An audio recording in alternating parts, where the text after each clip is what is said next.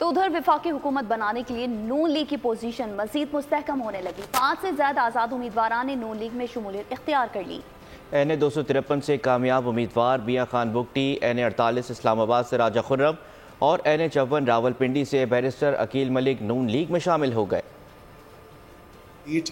پہلے بھی میاں محمد نواز شریف صاحب کی تھی، یہ ابھی بھی میاں محمد نواز شریف صاحب کی ہے اور انشاءاللہ آئندہ بھی یہ میاں محمد نواز شریف صاحب کی ہوگی۔ میں اپنی لیڈرشپ میاں محمد نواز شریف صاحب، میاں محمد شہباز شریف صاحب اور اپنی قائد، اپنی leader, chief organiser Maryam Nawaz صاحبہ کو بہت بہت مبارکباد پیش کرتا ہوں اور یہ تحفتاً اپنی تمام تر لیڈرشپ کو پاکستان مسلم لیگ نون کو پیش کرتا ہوں۔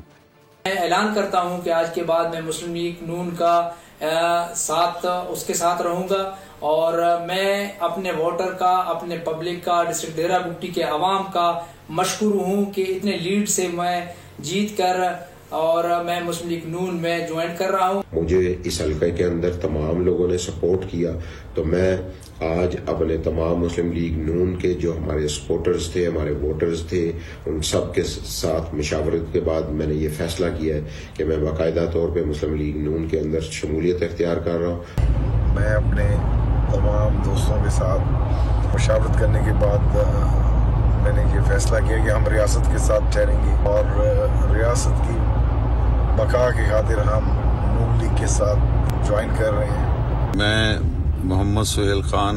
حلقہ پی پی 240 بہاول نگر سے، میں اپنے حلقے کی عوام سے مشاورت کے بعد اپنے حلقے کی عوام اور حلقے کی بہتری کے لیے، اس کی ترقی کے لیے پاکستان مسلم لیگ